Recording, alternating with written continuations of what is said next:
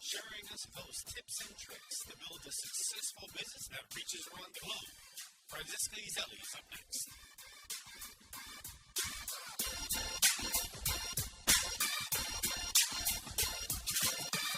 Hey, Franziska, welcome to the call. How are you? Hey, thanks so much. I'm amazing. Thanks, Jeff. Fantastic. So, just to give a little context for the listeners that have no idea who Franziska is, share with us, your biography. Give us the details and the story and the journey of how you've become the success that you are today. It's such a big question, and it's I think it's a cultural thing. I don't love talking about myself, but I will do my best job here. So as you can hear, I am not American. I am also not actually I am Australian. I'm calling in from Sydney right now, from my beach apartment here in Sydney, Australia. I was born in Switzerland, and now I am a Swiss Australian. And so really, briefly, I grew up in Switzerland, and the culture there. If you want to be a good girl or boy, you do your career thing. You study really hard. University in Switzerland is free. It's based on merit. So you just work hard, get good marks, and you go to uni. If you have money but you don't get good marks, you don't go to uni. So it's not a money thing there, which is it's not too bad. So I worked really hard. I wanted to impress my parents.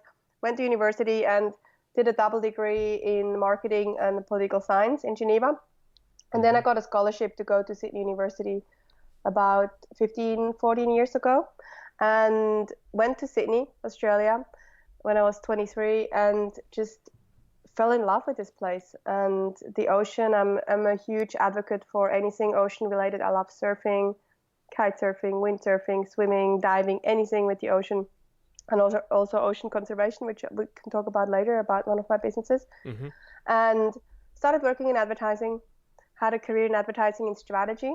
So basically my job was to figure out how to spend my clients' money in the best possible way for the highest return, which was cool. It was, advertising. The advertising industry is sort of an interesting industry. And then 11 years ago, I had a phone call while I was in advertising in strategy. I had a phone call from my brother. I have one older brother. He's 2 years older, lives in Switzerland. And he had to tell me that our father had passed away. He had a heart attack at age 58, super young.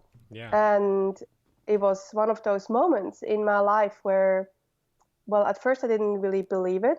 I'm like, this is pretty much impossible. I just saw him a few months before and he was healthy. And then the next thing, of course, was a question popped into my mind. And the question was, if I was to die right now, would I be happy with my life? And the answer was no. I knew that I can do better with what I knew in terms of marketing strategy, etc. And so I left my career 10 years ago and started a company called Basic Bananas, which is a marketing education organization. And so what I realized is that there was a gap in the market for small, medium-sized companies to learn how to better market their companies, and they didn't have the money to come to advertising agencies. It's too expensive. And so I just felt like somebody has to educate people how they can tap into the same resources and do better marketing, but on smaller budgets. And so that's where Basic Bananas came along. And we started in Sydney first, Sydney, Australia, with just two people, me and my business partner. And then we had an assistant, and then we kept growing into other cities, and then we kept growing into other countries, and now we are across Australia, New Zealand, the west coast of the US, and Canada, and we just launched in Switzerland this year, and we have a team of 33 people now. So I'm still, pinching myself a little bit every now and then, thinking, wow, it started small, and now we have this amazing impact for so many businesses around the world that are doing better marketing, and because of that are surviving in their businesses rather than struggling and not knowing where the next customer is coming from. So that's really the journey for Basic Brands. And then along the way, started a few other businesses, a branding agency, and then another company called Ocean Lovers, which is all about ocean awareness. So, just a quick overview, and happy to go any way that you want to go. No, that was fantastic, and you kind of jumped into one of the topics that I know I wanted to bring up with you, and just really spend some time on, which was the advertising industry, which was obviously going to be an easy topic to bring up, but you know, uh, if you really take a step back and you look at the advertising industry, it's almost like it's getting ready to go through that. It's in a bubble right now, and it's about ready to go through the whole big meltdown, at least, especially in the US anyway, of like the big mortgage crisis that happened, back however many Yeah. years ago. Like that's like it's really happening because you have all the big guys, that are stuck in their old ways, all the old dogs that used to run the show and they don't want to change. And, because all the money, like they're still trying to spend money on paper ads and print and radio and TV, and it's they don't seem to understand that if you want to be a prosperous and successful business, like you need to grasp attention is the currency that you need to be going after. Well, they're trying to grasp attention, but they are just doing it's the same as you say. They're doing it the same old school way, and that the problem is that that's all they do. They are trying to grasp attention, but they don't grasp engagement, and that is really the future of marketing, is to engage, not just to grab someone's attention. And with a lot of these above the line campaigns, it's all about, hey, look at me, look at me, look at me, attention, attention, attention, and then the next thing, nothing. And this Hmm. is where all these big guys are struggling. And, you know, there are way more effective campaigns now, or strategies out there that you can use to market a company. But a lot of these ad agencies are still relying on really old school stuff, which I'm not going to say it's not working. Some of it is working, but you also have to be a little bit more innovative and leverage more tech and leverage more of the micro targeted resources that we have available nowadays. So there's definitely a change happening. Some of the big ones are still doing well and surviving and thriving even.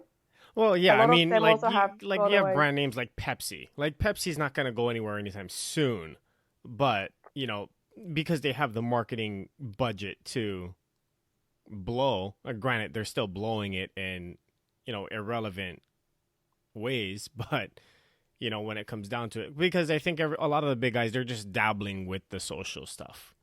Yeah, You sorry, know. I was actually, when I was saying some, are struggling, I was referring to advertising agencies. Oh So no, in I general, yeah, I'm right advertising, there not with not you like the, big because companies like Pepsi. but it's the advertise it's those agencies that they're struggling. A lot of them are dying off and things of that sort if they're not changing. But you have the guys that still have those accounts, the Pepsis and things of that sort, because whether it's in a contracted agency or whatever it is, like they're still getting advice from somebody, you know. And Mm-hmm. I think there's just a big shift that's coming, and I think a lot of people um don't necessarily see it because they just still view social media as, a way to distract themselves or as entertainment, which it very much so is. But it is very much so one of the biggest, best marketing platforms, on the planet. There's never been a big shift like this, basically, since the television. Like, that's how big of a shift it is going from Yeah, and radio to yeah, television. Like that's the big shift that's happening. It's going from TV, radio, print. It's going from that to the internet, i.e., social. yeah, and the reason why it's going this way is because there is engagement, Mm-hmm. whereas with TV above the line advertising, it's all about a one-way conversation. Whereas with social, but the problem is that a lot of these companies are also using social as a one-way, and that is where the struggle is for them. You need to look at social as a two-way conversation, and in order to be successful on social, you have to engage, not just talk at people. Yeah, like you have them saying, "Oh, I put one ad out," and it's like, okay, well, who was the ad targeted to? It's like, was it targeted to the teenager? Was it targeted to the single 20 something year old or the 20 something year old that's, married with a family? Is it targeted Hmm. to the 30 something year old that's single or the one that's married with a family? Are you targeting entrepreneurs or are you targeting employees? Like, who are you? And it's, what? I only put out one ad. Well, good luck with that. Mm. And Hmm. then saying social doesn't work. And it's like, no, you just don't know how to work it. But, before we get too far off base here, based off your experience, especially with, being in advertising, what are some of the biggest mistakes you see that, young or new entrepreneurs make when it comes to advertising it and really getting their new company or their new product or whatever it is, whatever their new business is, like getting that established in the social community? I think overall, in terms of the biggest struggles that I'm seeing with new entrepreneurs in terms of marketing and advertising is not having a plan in place. So just sort of shooting from their hips a little bit. So just, trying a little bit of this, trying a little bit of that, and not really having a coherent plan that is pulling all the activities in one direction. And the other one also is not having a good brand strategy. So just putting stuff out there that is sort of average, and also having a brand that is sort of average. And that just doesn't cut it anymore because there's so much competition. You really Mm-hmm. need to have a good brand because it is about having loyal followers and loyal fans, and you will get those if you have a good brand with a good brand strategy and really good messaging, consistent messaging. And that's the third one, is just having really good storyline and having consistent messages across the board, across different social channels, but also across all the different campaigns out there. And then fourth, the last one, is I believe that a lot of campaigns that are being done nowadays by people that maybe just don't know marketing so well Mm-hmm. are very unemotional. And the best campaigns, sorry, I'm just on my last shaking of a crazy flu that I brought back from China. I was No, working in China last week, no so you hear me problem. cough every now and then. So the best marketing is emotional, and it's pulling people, it's making people feel a certain emotion. And a lot of campaigns that are out there are not doing that. They're more rational and more logical and more about the features of a product rather than how you can feel something, and what the future is of using this product or service. No, yeah, that's so on point. And you see, it's so common that it's almost sad because it's like the new generation of entrepreneurs, they still like they wanna dive into it and get there, but they're still going based off of being raised by the old school generation. So it's like they're stuck in between two worlds almost in a sense. And it's just, what are the benefits of, say, someone just trying to figure things out on their own, right? Because that's very common, and with how Mm. loose the term entrepreneur is nowadays, if somebody just puts a sticker on a hat and, sold one, they call themselves an entrepreneur. Heck, no, they don't even sell it. They just call themselves an entrepreneur. But, what are the biggest differences between, you know, what Basic Bananas offers, or like, going to an advertising agency? Um, because a lot of new businesses and small businesses, they don't really think about themselves as being able to afford it. It's not in the budget, No, but absolutely not. there's a lot of contract work out there where you can get like a digital guy or, somebody who is familiar with social media and how to run effective campaigns. And so, what are the benefits of actually doing that and going that route versus trying to, you know, spend the time and the money to figure it out on your own, Yeah. assuming you even eventually get it right? Yeah, so I'm definitely a big believer in at least having someone on the team in-house to understand marketing rather than outsourcing the whole thing to an agency. First of all, as you say, small companies, small medium-sized companies don't have the money Mm-hmm. to get an advertising agency. And also nowadays advertising agencies, well, we spoke about the challenges of that. So I am a huge believer in having someone on the team or having the business owner actually putting some time into at least understanding marketing. It doesn't mean that they have to implement everything. You can still outsource parts of it to the right people, very specialized people. But at least as a business owner, this is also, the premises of how we built Basic Bananas is we believe that as a business owner, entrepreneur, you need to at least understand marketing. Marketing is really your oxygen of the business. Mm-hmm. So anyone who runs a company has to at least understand the strategy. It doesn't mean you have to go and do then your Facebook advertising, Google advertising, and know all that. There are people out there that are better than you to do that. But at least you know which people to use for which campaigns and how to have it all coherent so that it's not fragmented. So that's the belief that I have about how to go about marketing. No, I like it. And that way it still gives them a sense of like, hey, if this doesn't align with what our business is doing, you can still have, your in-house guy still with you, and then you can still be like, hey, we need you to find an advertising agency or, a contract worker that can do the work for us, but we need it too. Like we need the feel good. Yeah, exactly. And I wouldn't even go for an agency because you pay agency fees, you pay all the middlemen that are talking between you and the specialist. Go straight to the specialist. Find the best person to do your social media ads. Find the best person to do your remarketing. And then have it. Pull it all together in house. What are some of the best ways to find these people? Because you have all these apps coming up. Like, you know what I mean? Like, you can only find so much on Craigslist or whatever. What is there now? There's Fiverr. There's that new app that's out that people do contract work, but there's still no way to really know how effective the work is or how even legitimate, the people are.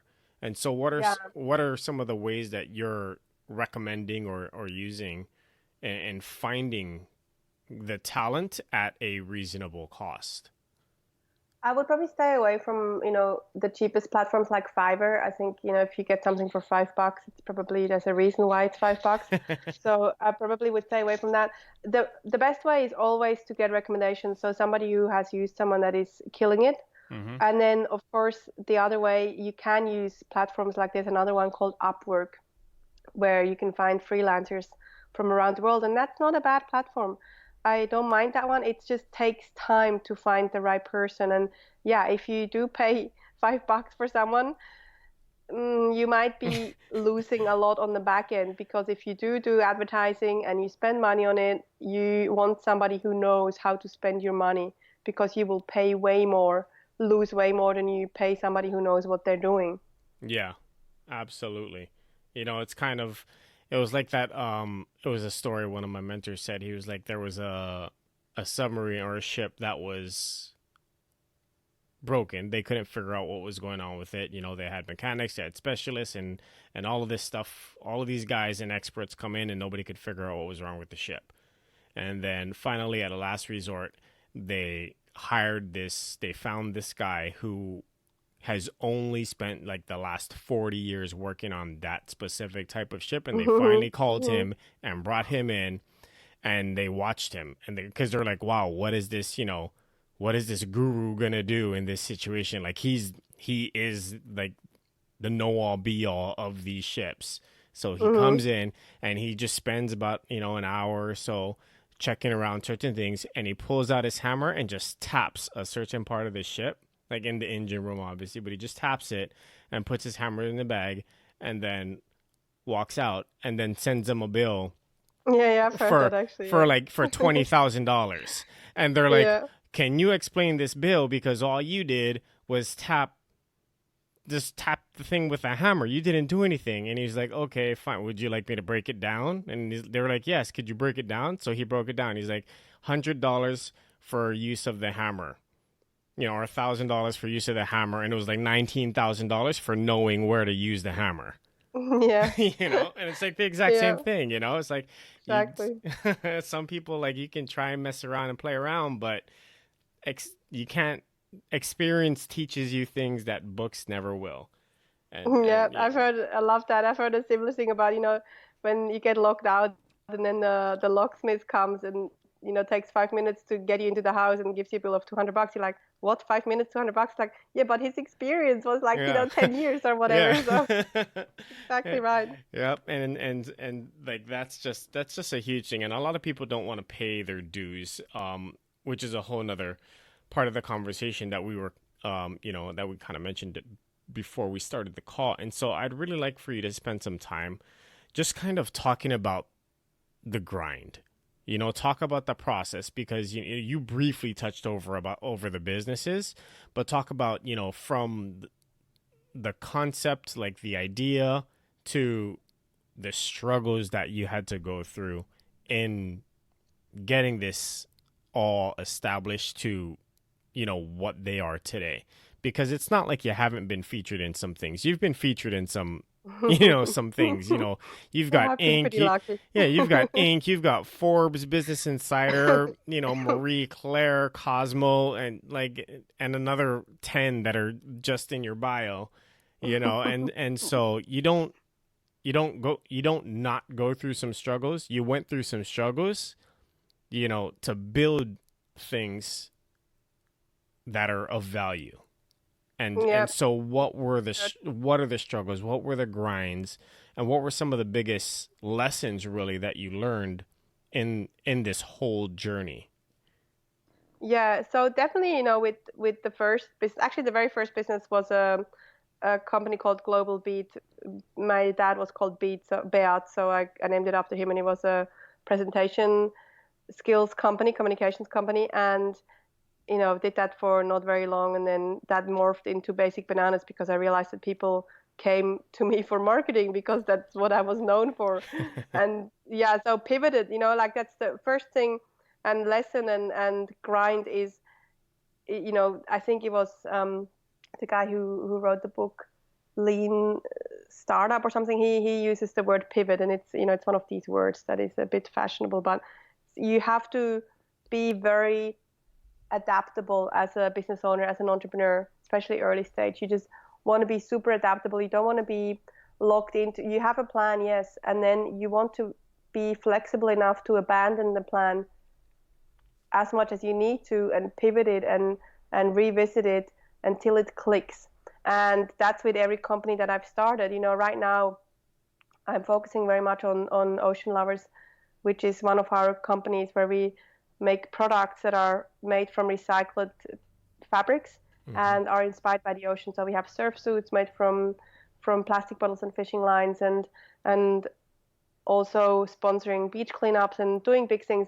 At the moment, we are sort of pivoting again because I'm looking at the bigger picture as in terms of how can we clean up more beaches and mobilize the masses. So it's a constant being adaptable and not being stuck in the one plan. And of course, with the first company, Basic Bananas, we bootstrapped the whole thing. So we never got any investors for that company. And that meant that we really had to grind hard and live on super low money, basically just not going out very much and just putting all the money back into the company as much as possible and just living super minimally.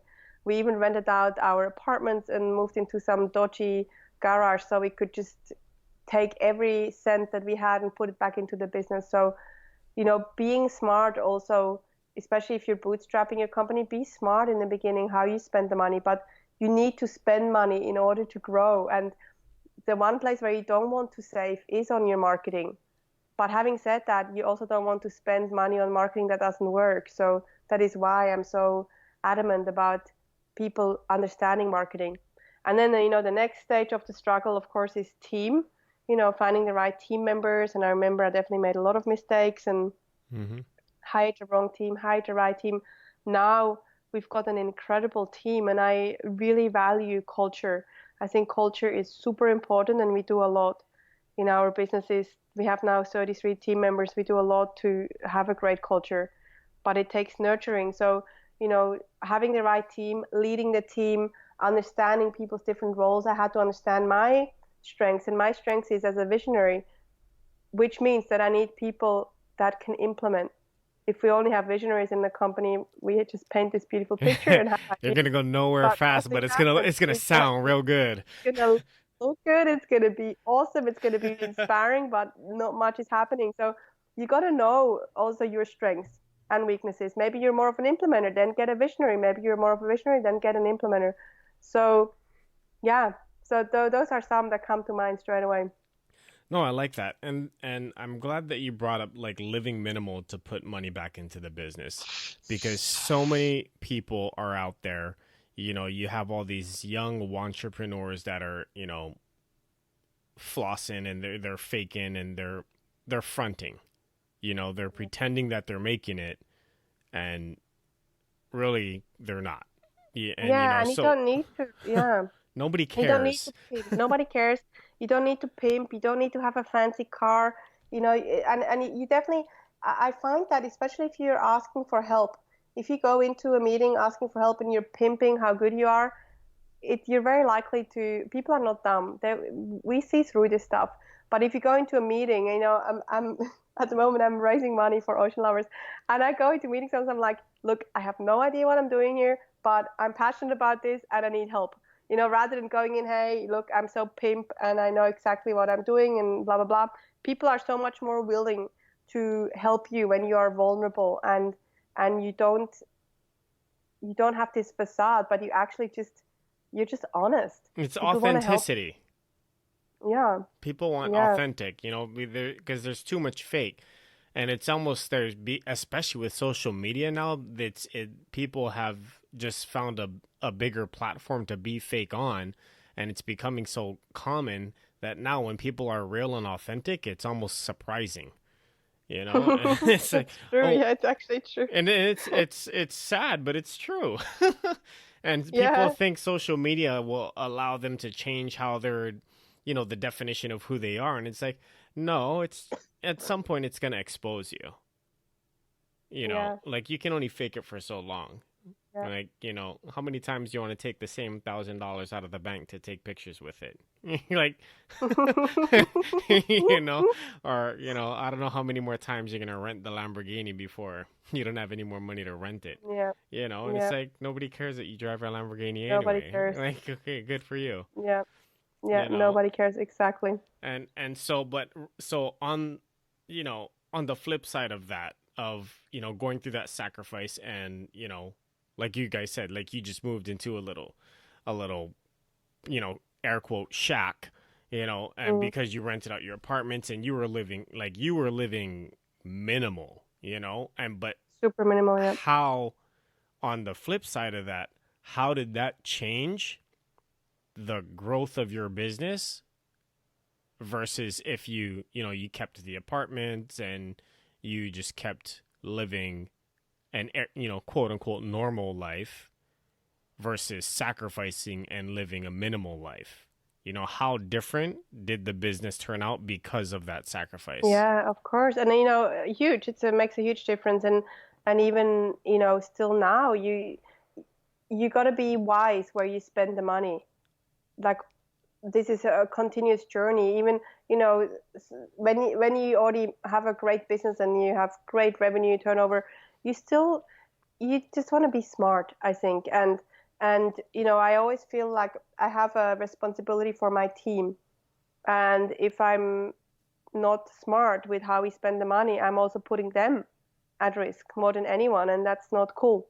So you just got to be smart. You don't have to pimp, as we say. You just got to be smart. Of course, buy stuff that makes you happy. I mean, I've got a Tesla and a beach apartment and all this stuff, but you know, You you can earned it. definitely, yeah, I have You earned earned it, it. and but it's about being smart about it. If I had to sell the Tesla today to save part of the business or make it grow faster, I would. Don't be attached to stuff. It's just stuff. I love that. It's just stuff. Somebody needs to write a book. I'm not a writer. I know you are. So Yeah, I have written a couple when books. you write this, it's gonna be, it's just stuff. Inspired You by a know? conversation with Sheffield. No, it's so funny. Actually, I've just written my third book. I'm just finishing the manuscript for my third book, and I actually am talking about this in there. Oh, I I am love talking it. about detachment and not attaching yourself to things that have no meaning. So Yeah. rather than that, you want to have a vision, a purpose that is driving you, not stuff, basically. So yes, it will be in my next book. So stay tuned. I absolutely will. And so kind of just to get, I love going off on tangent. This is why I don't like scripted, phone calls, because it allows us to just talk about whatever we really want. So where did the inspiration from the book come from?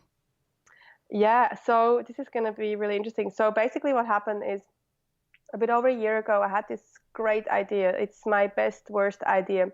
And the idea was that I thought, you know what, I need to challenge myself a little bit. I love challenges, I love adventures, I love doing crazy stuff. Hmm. And because it makes me think outside of the box. And so I thought, what would be something I could do that really challenges me and makes me think? And I thought, you know what, I'm going to ride a motorbike along the Silk Road. I'm going to go to Switzerland where my family lives. I'm going to buy a motorbike and then I just start riding east into Asia and just see what happens. And so I started that journey last year with another friend, and actually two friends in the beginning, and then one had to go back, and it was just two of us left. And we rode from Switzerland through Italy, Slovenia, Croatia, Montenegro, Albania, Greece, Turkey, Georgia, and we left the bikes in Georgia in Central Asia, in Tbilisi, and now I'm going to go back actually in 2 weeks, and I'm going to continue, and I'm going to ride through Armenia, Iran, and Turkmenistan, all the stan, Kazakhstan, Uzbekistan, etc. And I'm going to do another 4 or 5 weeks, and then I thought this is so much fun. I'm going to just continue riding around the world, but I do it in stages. Wow. And so while I was on this first trip, my travel buddy Mike, he said, "Dang," he's like, "you really got to write a book on courage." He's observing me and he's like you have no fear. I said, I do have fears, but I take action despite the fear. And he's like, you got to write about this. And funnily enough, I've actually produced a program with Mind Valley a few years ago on being bold. And so the theme has been coming up in my life forever. And I thought, okay, finally, I'm just gonna do it.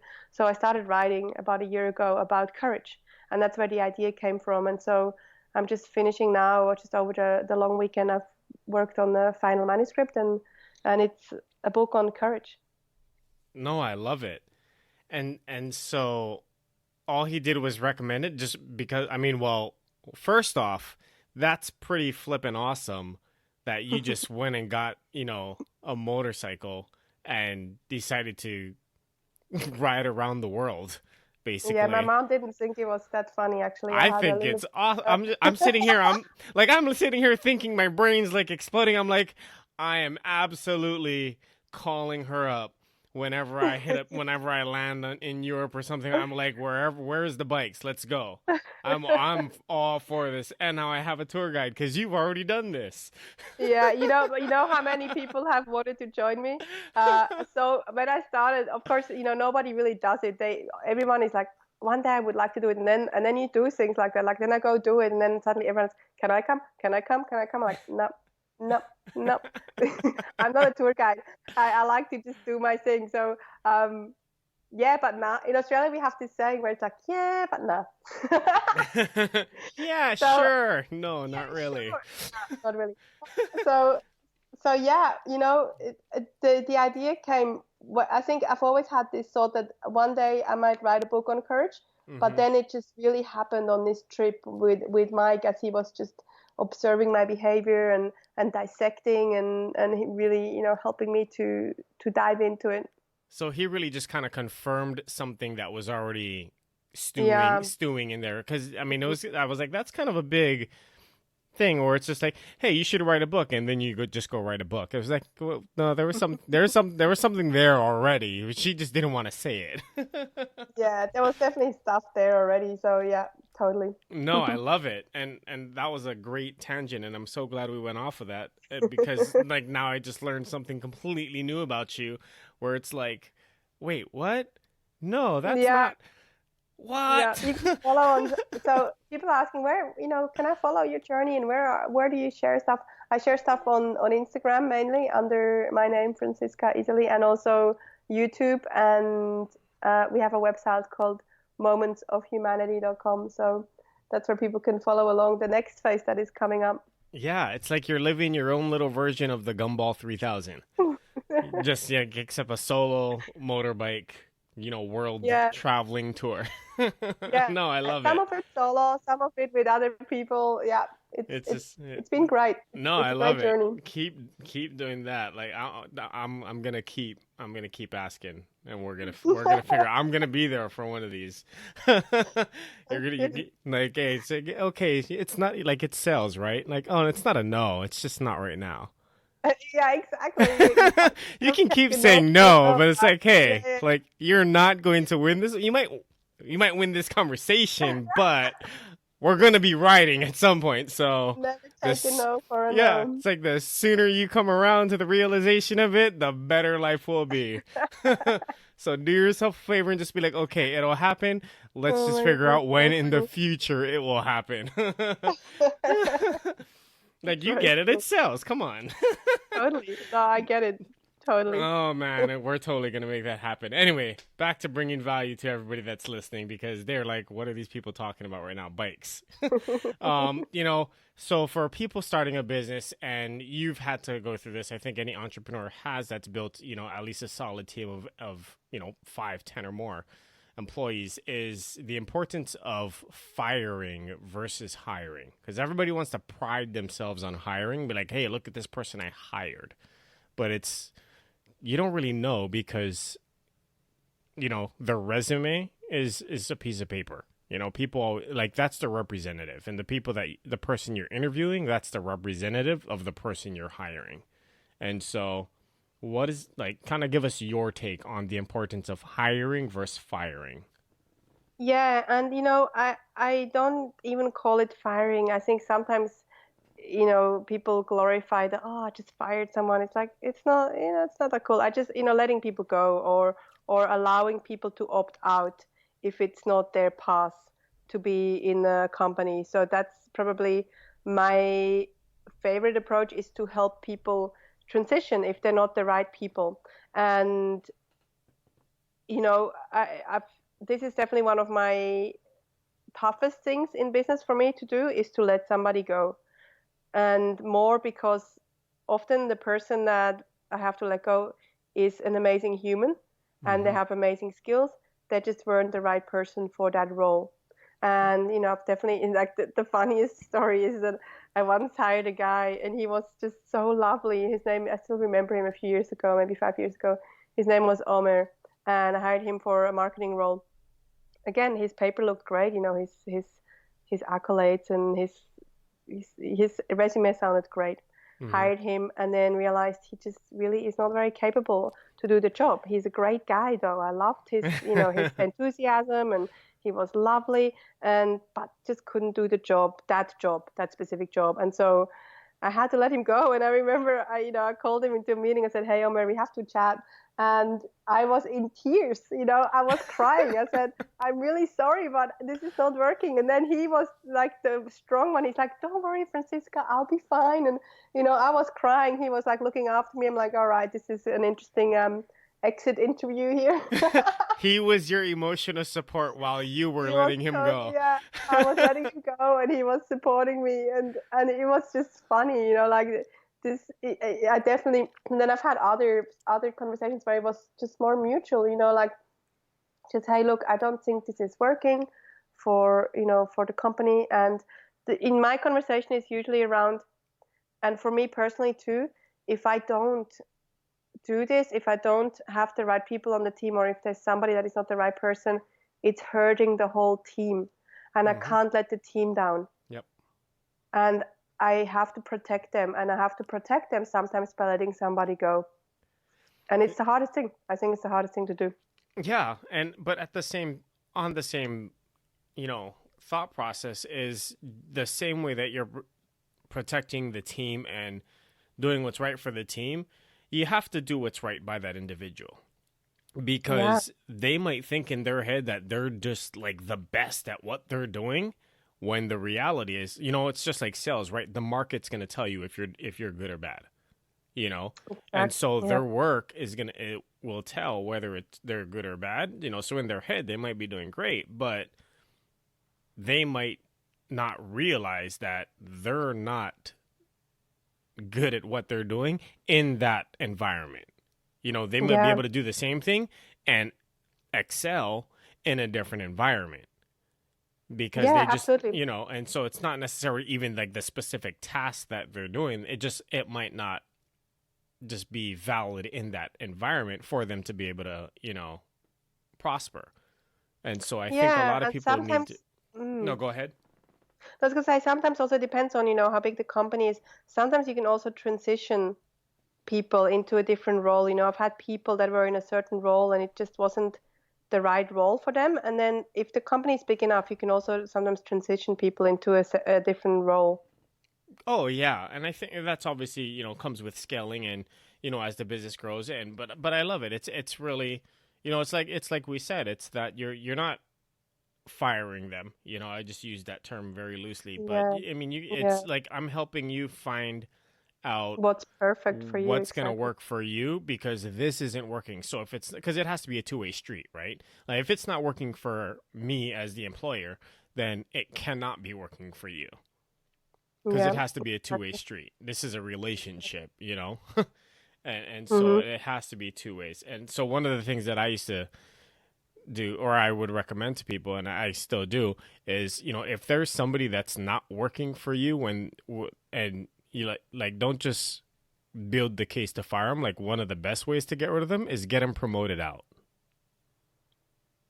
Find their next promotion for them. That promotion just doesn't happen to be with your company. Mm, yeah. And because then it's a win-win. But like, hey, you got that slot opened up so you can fill it with a body that will be productive and benefit the team, and you got that person promoted into a position with a different company that hopefully they will be able to excel at and have a better chance of, you know, bringing value to that company because they are not bringing value here in this relationship. And so through your journey, through everything that you've learned, because you've learned a lot, and so what are just some of the key, just the things that really stand out? It could be about business, just about life. Like, what are some of just the big things when you look back on everything that you've done because you're still young? But you've accomplished so much. So what are some of the just the key things that really stand out and just the really definitive moments that just kind of you look back on it and you're like, yeah, that was it. Yeah, look, I do, when you ask that question, the first thing that really comes up is I do think it is all about the people that you surround yourself with. That, I wouldn't be where I am now without the people. And that is the people in my company, the people in my life, my friends, my family. I think it is the people that you surround yourself with. Yep. They are important, and you want to look after them. And I do think also, I even think that life is all about the relationships. I think, relationships are the spice of life. They make life interesting. And also perseverance, just having this big vision. So having clarity on where you want to go and having this big vision and just persevere towards it, but stay flexible in the path to get there. And there's a saying, I think we have it in English too, which is that there are many different ways that go to Rome, many different ways that lead to Rome. And Mm-hmm.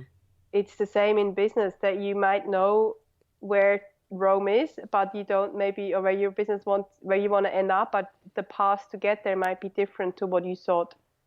So, and I had this discussion the other day about adaptability. Really, the one of the we talked about IQ and EQ, and now it's really also AQ, which is adaptability. The people that are at the top of their game are often the ones that are the most adaptable and stay fluid in their approach, whether that is in as an athlete or innovator or business owner, entrepreneur. You want to stay adaptable in your approach. No, I love that. AQ. I'm gonna steal that. Yeah, I stole it from one of my friends actually, Alex Walderman.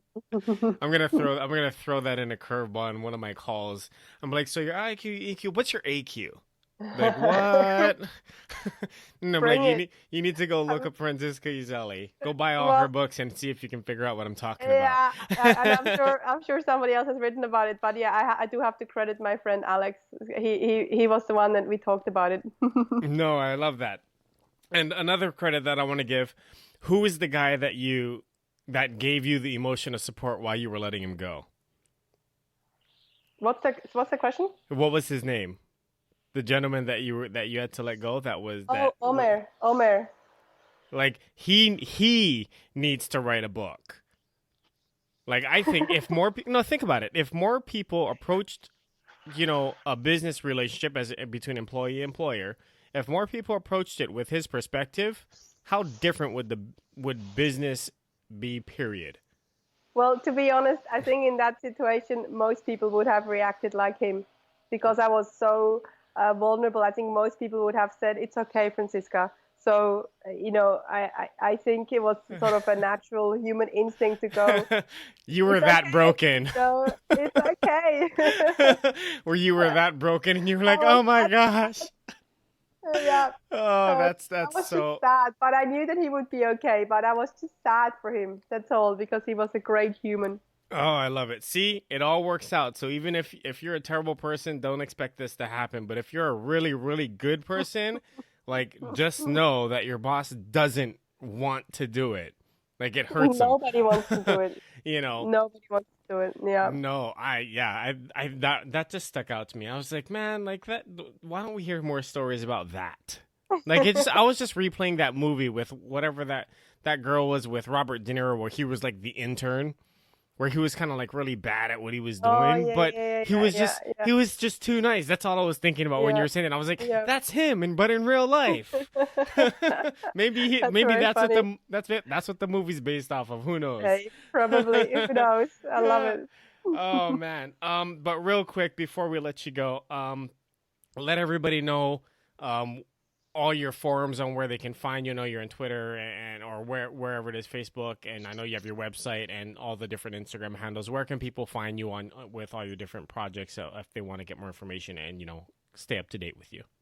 Yeah, sure. So to follow me personally and also to see where I'm headed next on this crazy motorbike journey, you can follow me personally under sorry, somebody just started mowing the lawn here. You can follow me under Franziska Iseli, which is the handle is FRANZ for zebra ISKAISELI. That's just my name, Franziska Iseli. And I'm on Instagram and Facebook mainly. Twitter, I'm not really active very much, but stuff is going on there. And Okay. LinkedIn, of course. And then also my personal website, which is under the same name, franziskaiseli.com. And on that website, you can really see a summary of all the companies that I'm involved in. Ocean Lovers is one, Basic Bananas is the other one. For anyone who runs a business and wants to come to one of our marketing training sessions, we run half-day workshops across, I mentioned before, across 4 or 5 countries now. And you can just go ahead to basicbananas.com. Or if you want, you can also email us, info@basicbananas.com, and mention this podcast, and we can hook you up with a ticket. Perfect. I look forward to that. Thank you so much for your time, and I will let you go with a smile on my face, knowing that I'm going to see you one day riding on a bike On a motorbike. across Europe or wherever we are, and we're going to make this happen. Sounds But amazing. Franziska, thank you so much for your time. I appreciate You're it so so very welcome. much, and I look forward to seeing all your success, and we'll talk soon. My pleasure. Thanks for doing the work that you're doing. Thank you. Take care. Bye. Bye. Thank you so much for listening today to this episode. I know you're having fun because I'm having a ton of fun. Don't forget to subscribe. Don't forget to tell your friends because we got so much more and I don't want anybody to miss it. Let's change lives. Share the podcast.